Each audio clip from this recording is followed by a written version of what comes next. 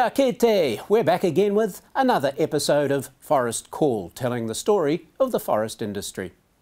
In previous episodes, we've been looking at the industry as an industry, what our timber can be used for, what types of wood, billion trees and so forth. This week, our focus is on health and safety. We get bad press on our safety performance quite often, though I can say, hand over heart, and I should know, the forest industry does a better job of health and safety than any other major primary industry. Joining us today is Fiona Ewing. Fiona, thank you for joining us on Forest Call. FISC, what on earth does that mean?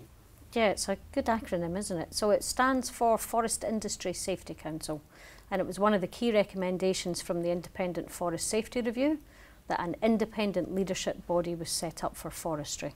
How does that make it different from safety in other parts of the primary industries? It's a pan-industry organisation, so we represent all the key stakeholders in forestry, so forest owners and managers, the contractors, the workers, and we're also supported by government agencies, so WorkSafe and ACC both sit on the council. So it's an indication certainly that the forest industry takes health and safety rather seriously, but if you're looking for solutions, where do you find them? In the technology or in the behaviour? Oh, and I'm sure you'll say both, but explain them. In both. But you say, where do we find the solutions? We actually find them within the industry very often. So a lot of the work that we gather together is good work that's already been done within the forest industry. And we look at it from the behavioural side, so we're looking very much at leadership, and we talk about frontline leadership. So the people that are out there leading the crews, how they actually work with their crews, the culture that's established, and then equally, yes, the technology. So taking the guys, and I can say guys because it is largely guys out there, take them away from the sharp end of the work. So taking the guys off the hill. So we saw in our first episode the steep land harvest technology, which was, yes, the boots off the slope and into the machines. Is there a downside to that? There can be. Anything that you put in as a solution, you generally introduce different risks. So for example, with steep slopes, obviously there's the potential for rollovers. There's also the issue around putting people in cabs for that length of time. So we've taken them away from the really high risk activities, but we've still got other risks that we expose them to. And ultimately, of course, remote harvesting means potentially hundreds of kilometres away harvesting. So potentially, yeah, that's the, sort of, you know, so we move them from working on the slope to being, you know, the main vision really is they're almost going to be air traffic controllers, because one person's going to be controlling a number of machines operating remotely. Now, behaviour, the traditional approach has been a regulatory one, that somebody has an accident, some investigator with a clipboard and a big hat comes in, takes some notes and looks for somebody to blame. How helpful is that approach in deterring dangerous activities? In my personal view, not particularly helpful. Our focus is very much on successful work, and that's not just my opinion. If you look at current thinking and research in terms of health and safety, that's where we're looking. So we've got a much larger sample size if we look at successful work, because 99.9% of the time things go well on a day-to-day basis. How can you look then at successful work? I mean, as an academic exercise, are you not working a bit in the dark there? No, we've actually just recently done some work with Hancock's and with Dr. Hilary Bennett. So they identified some particular crews that are doing good work. They're high performing not only in terms of health and safety but in terms of productivity, and they asked Hilary to design a means of going in to explore and examine why they do actually operate so well. And leadership, you've mentioned leadership. What are the other aspects? Because even just leadership there, sometimes leaders get it wrong. So if they're not questioned. Yeah, along with the leadership, we actually, when we did our workshops around the country, we asked the guys, you know, what do you need to make a good day? And they talked about leadership. They also talked about good communication within the crew, a good culture within the crew as well, so that they actually work well together, and actually having competent people working alongside them, and a mix of skills, so that people can actually do other people's jobs. And planning. Planning is absolutely key. The job. Yeah. Because one would imagine that there is a certain greater risk if the gear doesn't work, the truck doesn't arrive, suddenly you've got half an hour to do a 4-hour job. Yep, that's very, very true. The planning is absolutely key. And, you know, we talk about having a tailgate in the morning and the fact that it's a safety meeting. It's not, it's actually a work planning meeting. It's about checking to see if you've got the right people and the right resources to be able to do the job well that day. How encouraged then are you by the response of the industry? Because we're talking about pretty isolated, often very small scale harvesting crews who are not used to this approach. They are their own bosses. They're looking at productivity rather than necessarily safety. So when we've been out and about doing these road shows, these workshops, and we speak with crew owners and you know, frontline workers, they're encouraged by that approach, because they really take to heart the negative press that the industry gets, because they know that they are doing a good job day in, day out, and they want us to be able to tell those good stories. So when we can say to them, actually, this is a technique that you can use to actually identify what you're doing well on a day-to-day basis. Can you give us some examples? Well, we encourage them to do that. So, you know, instead of just saying and report your near misses and you know, what's gone wrong, actually think about what went really well and why. You know, in some instances it's because someone else has stepped up to help someone. It could be that something's been particularly well planned, or it could be that if something's not going to plan, they've actually stopped and thought about, so it's not going the way we thought it was going to go, how are we actually going to adapt to this change? Tell us about contractor certification. What is this about? So it's about ownership. So what we're doing with contractors is taking them through a process to look at their health and safety systems, and we also go out and do a field audit and speak to the workers as well to get their view. But it's about, so many contractors they do health and safety either because the regulator has asked them or because a forest owner manager says this is a system you should use. But what we want them to really understand is the critical risks, so the things that kill people, that they expose their crews to, and understand the good controls that need to be in place to manage those. So we speak to them about leadership, risk management and worker engagement, because those are the 3 big things that are going to make a difference. Okay, let's have a look at something now. Okay. It's a pruning operation and they're cutting the limbs off the trees, but what gets me is the loppers. Yeah, the biomechanical stuff. And either they will be intensely muscular or they'll be jiggered. Yeah. So we've actually done some work with silviculture crews and around how your body works biomechanically. And that, what you're talking about, we talk about those as chicken wings. And that's not a good way for your body and your shoulders to actually work, because they're actually designed to work in this plane. So it would be a really interesting challenge. We did actually ask the Silvi crews if, having gone through this training, are there any tools that you would redesign? And I have often wondered, you know, instead of having pruners like this, can we operate them this way? So maybe that's a challenge to someone in terms of engineering. We'll throw it out there. If anybody can come up with a yeah. design that works better, we'd certainly be interested in looking at it. So it's a piece of imagination and then a practical application. Yep, definitely. Fiona, thank you for joining us on Forest Call. Thanks, Don.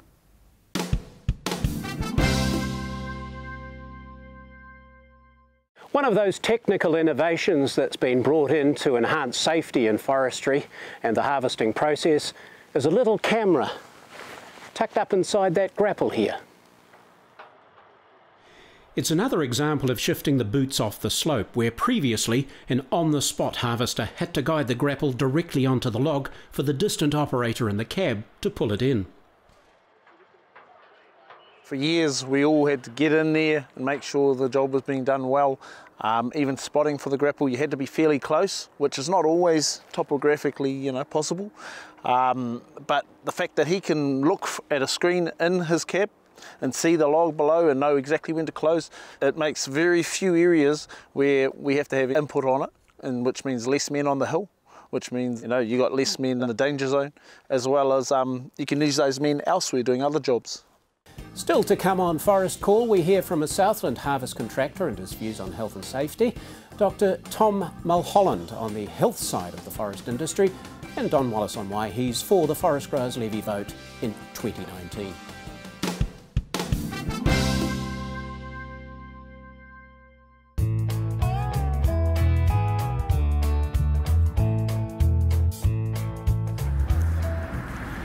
Hi, I'm Bryony Hooper. I'm working in health and safety in New Zealand Forestry.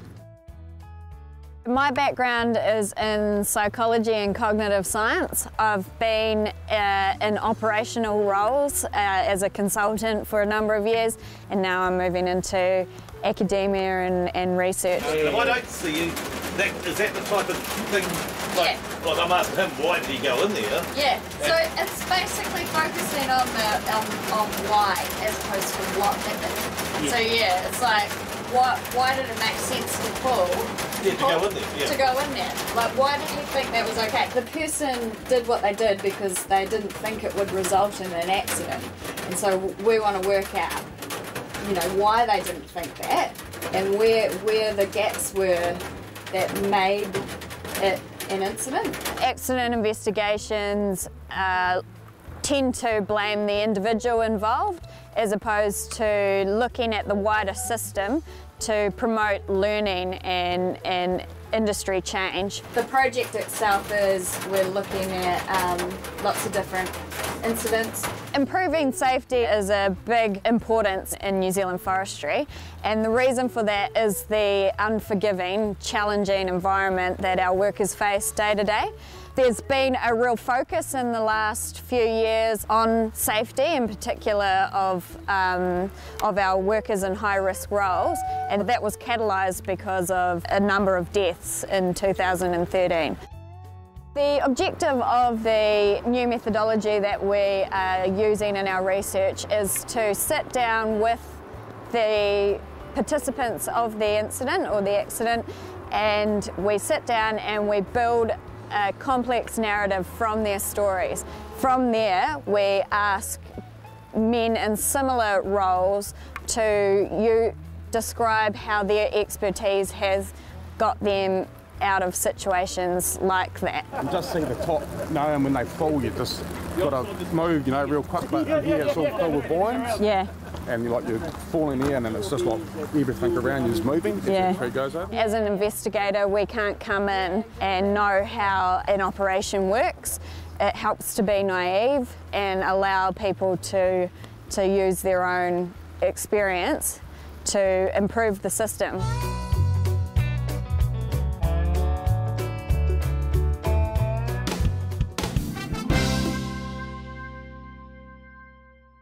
Hi, I'm Dr. Tom Mulholland. I'm on a mission to raise awareness on how your health can affect you at work. We've teamed up with Raianea Matariki to travel the country, do some health testing, and also give you access to the Kind app. This really cool tool, the Kind app, will help you personally manage and measure your health and well-being. This will have positive, sustainable benefits for both work and at home. We're off over 5 weeks, 5 regions, 5,000 Ks to meet some of the legends of the forest and find out their Kind scores. So, Porky, since you heard me talk a couple of months ago, what have you done in terms of the energy drinks? Knocked them on the head. Yeah, like, well, as you said, that you have your energy drink, it builds up for a sort of 10, 15 minutes, and then half an hour later you're wanting to go to sleep. You get real drowsy, tired. Yeah. And that's not good when you're in the bush operating heavy machinery, is it? Definitely not. No, not a good thing at all. Yeah, so with the machinery, you've got to be focused when you're working around it. It's pretty dangerous if you're not on your game. Yeah, you get stressed out, you're not thinking clearly, you're not thinking clear at all, and you just do silly things, really. Yeah, when I start getting stressed, I sort of just go to my happy place and think about my kids. Yeah, sort of keep positive and think about them. Your Kind score is made up of physical, mental and social health. We're going to be looking at some of the issues that can affect that, like type 2 diabetes, high blood pressure, fatigue and friends and family. I find it very important to be safe at work so I can get home to my family at night. If I think I'm doing something that's borderline, maybe I shouldn't, I visualise my wee boy and I don't do it. So look, Anthony, you've been off the sugar at work here on the site for 3 months, and we've done the test, no pre-diabetes, numbers 35, you happy with that? Yep. I understand there's been some type 2 diabetes in your family? Yep, quite a bit. Had a few of our family pass away from it. Oh, sorry to hear that. So it's important to you, right, to know what your diabetes levels are? Yes, it is, yeah. Well, mate, the good news is that it's making a difference. When we test a forestry crew, I normally expect to see 3 or 4 people have numbers above 40, and so far 4 out of 4, all your whānau here, no one's had the pre-diabetes or type 2 diabetes, so what you're doing is making a difference. So you'll be around a lot longer, eh? Chop a few more trees. I hope so. We've travelled from the Kaipara to the Catlins, tested over 160 people and met some awesome characters along the way. Thanks to all those who have been part of our tour. Your stories have allowed us to create some short videos that will help others in the industry get a better understanding of their health and well-being. And look, good luck on your own personal journey to measure, manage and improve your own personal kind scores. We couldn't have done it without you.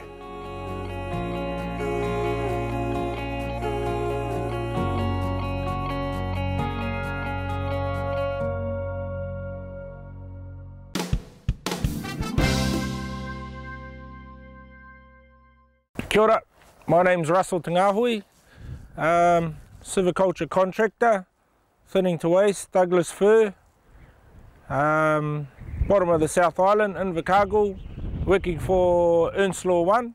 I first started in forestry 36 years ago, Central North Island. Left school because I wasn't doing too well at school. My dad was working in the forest industry, so he got me into the industry, and then yeah, within a short time I discovered something I liked. So instead of putting all my energy into negative stuff, I started putting all my energy into positive stuff, and it was a turning point in my life, finding the forestry. When I first started, there wasn't a lot of the paperwork side of things. I still reckon we did a lot of things safely, but there's been a big push and a big emphasis over the last 15 years, I'd say, in our training, our hazard identification, our risk assessments, you know, what works and what doesn't work. So some guys are good communicators, some guys ain't.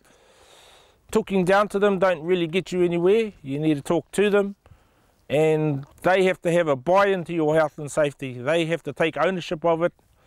They've got to see the benefits of it, not the negative side of things. So if they see the benefits from health and safety, yeah, they'll have a buy-in all the time. You know, there's a lot of old heads have gone in and put a lot of information together to come up with all these standards that we work to. When we're trying to get a message to guys about safety, it's not because we're trying to belittle you or something, it's because we know what works and what doesn't work. If we haven't been there and done it, we know someone who has.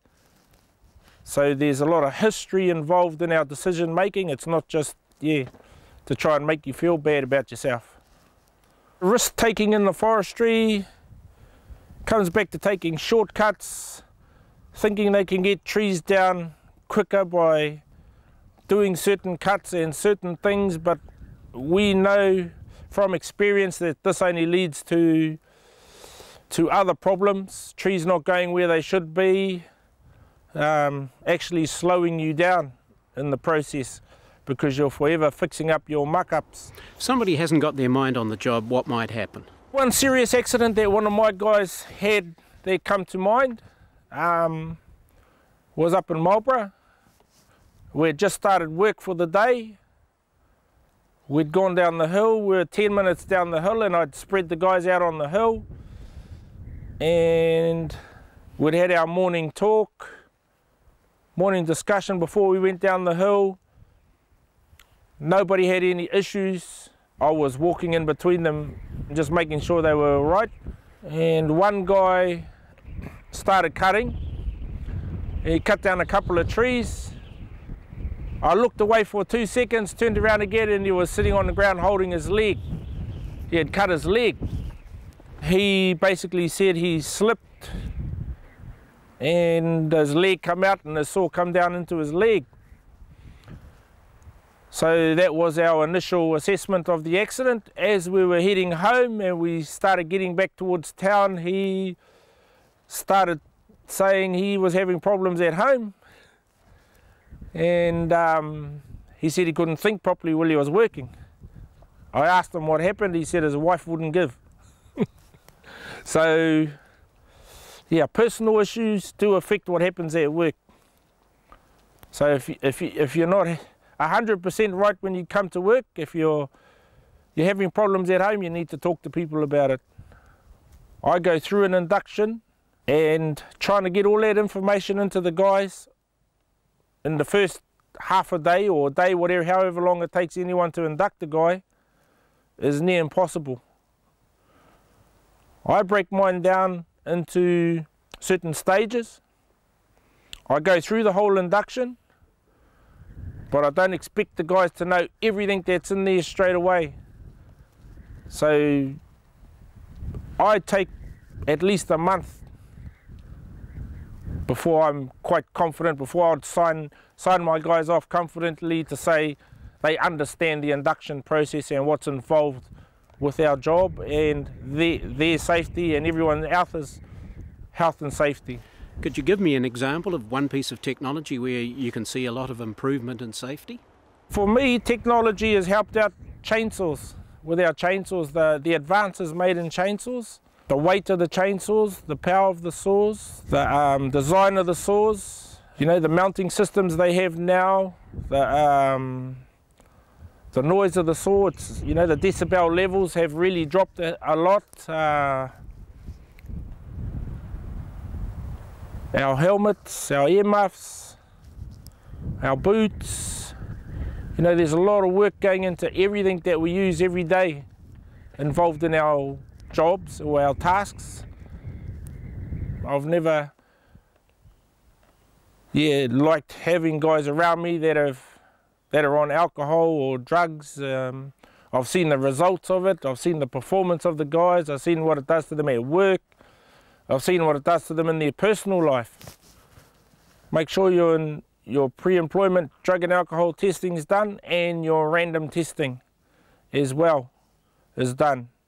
Make sure the guys in the crews are confident, have got confidence to come and talk to you about anything they might think is not right within a crew. If they think there's something wrong with someone, or if someone's using substances that they shouldn't be, and that's just not illegal stuff, even legal drugs can affect the way you think. There is still big advances to be made in health and safety. It comes back to time management. We need the time to make the right decisions. A lot of times when you're under stress, you make bad decisions. So if we can just take away a few of those, minimise a few of those elements that cause stress, I think the forest industry will go a long, long way in reducing risk-taking, incidents, accidents and injuries.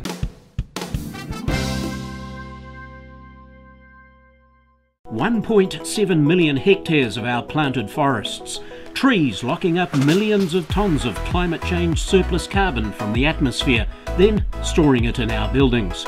Standing forests binding the landscape, cleaning waterways and absorbing floodwaters. A sheltering habitat for our endangered birds. Forests as places to ride your bike, go for a run, treescapes for a fun time, sweat or relaxation among the trees. Love our forests.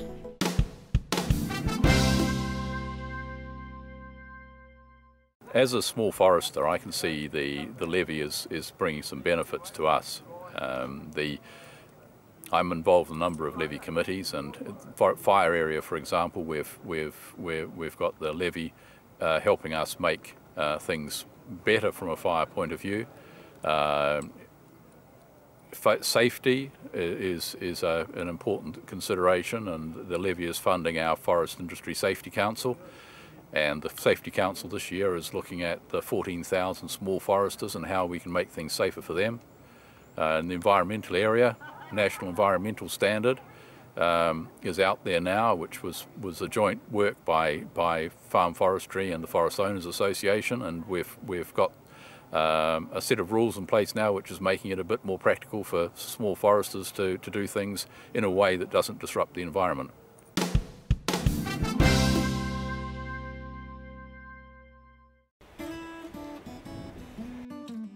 So Dr. Tom on a mission. Today's mission is to head out into a forest right on East Cape near Te Puia Springs.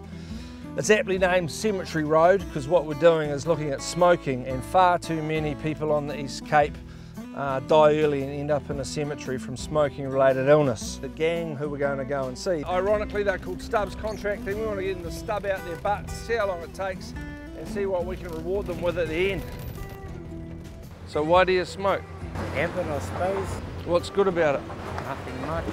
Keeps you occupied when you're working, I suppose. The thing is that what happens though when we smoke, we get like little things called receptors in our brain, which are like little kids, so they want nicotine. So the more you smoke, the more little kids you got there, and every time you sit down, they go, feed me, feed me, feed me, right? So it's like you got a fire going in your head. This is what the stress is, and then that's just like smoking is like putting the fire out in your brain, but unfortunately it's causing a fire in your lungs. If you think of, you know, like flamethrowers, you're just like firing flames down your pipes. How old are you? 30. 30? What about you? 20? 28. So you're at maximum lung volume. When you're 28, that's the maximum amount of lungs. So we're going to put you on a little machine, see how much you can blow, and then see how much we'd predict and how much lung volume you've got. So Lawrence is from Fiji, but he's from Gisborne at the moment. In 6 seconds, 4.46 litres, 75% are predicted. So what this means is, if you think of, you know, like 2 litre ice cream containers, so you've got like 2 and a bit ice cream containers left in your lungs, okay? That's not a lot, eh? Do you notice you're short of breath when you're walking up a hill? Yeah. Yeah, well, the thing is, as you get older, it's just going to get tougher and tougher because you've got less of an oxygen tank, right? Yeah. We want to keep you standing as long as possible, eh, for your kids, that's the whole point. Yeah, no, that's right. All right, batter up, see if you can blow it off the scale. What do you think? And give it heaps. Keep going, push, push, push, push, push, push, push, push. Keep going, 2 to go. Oh man, we haven't found a smoker yet that can make 6 seconds. You guys are pretty close. So you blew out 4.3 litres, which for your height, because you're going to have bigger balloons than Lawrence, and you blew out 5.13, which is 80%. So that's showing you've kind of lost 20% of your lung volume already, you know? A lot of people think, see, the smoking's not affecting me, but it's just like silent. It's just like dissolving your lungs where you don't notice, you know? And then there's lots of reasons why people smoke. And the reasons you reckon is because it gives you something to do and it's a stressful job, eh? Yeah. How much would you spend a week on cigarettes between you? How much do you spend? About 160 bucks. Woo, 160 bucks a week. Geez, that's pretty powerful addiction, eh? Yeah. And what about you? 120, so that's 280 bucks a week. So if you save that together in a joint account, you could buy a pretty cool boat to go diving with, eh? So Tahiti, you're pretty good, mate. The blood pressure's good, your sugar's good, less than 40, sweet as, and your diabetes is okay, and your lipids, like heart disease, is less than 4, 2.6. That's a real good result. The only problem you got is your lungs, eh? You've lost like 20%. Lawrence, your 34 is your HbA1c. You're a little bit, his 2.6, he beats you on the fats, but I mean, as your blood pressure's slightly better, but you both lost 20% of lung volume with your fags, eh? Yeah. So best we get you a boat and less fags. All right, something to think about anyway. Yeah, no, for sure. All right. Cool, thanks for that, eh? Morte Munda. Yeah. Thanks for stopping by. How long they got? How long I've still got them for? We've got all their numbers now. We can just give them their numbers. They can go. We've done everything we need to do. No, I mean like how much more time can they be with? Oh, I see. Oh, yeah. 10 years, yeah, 10 years.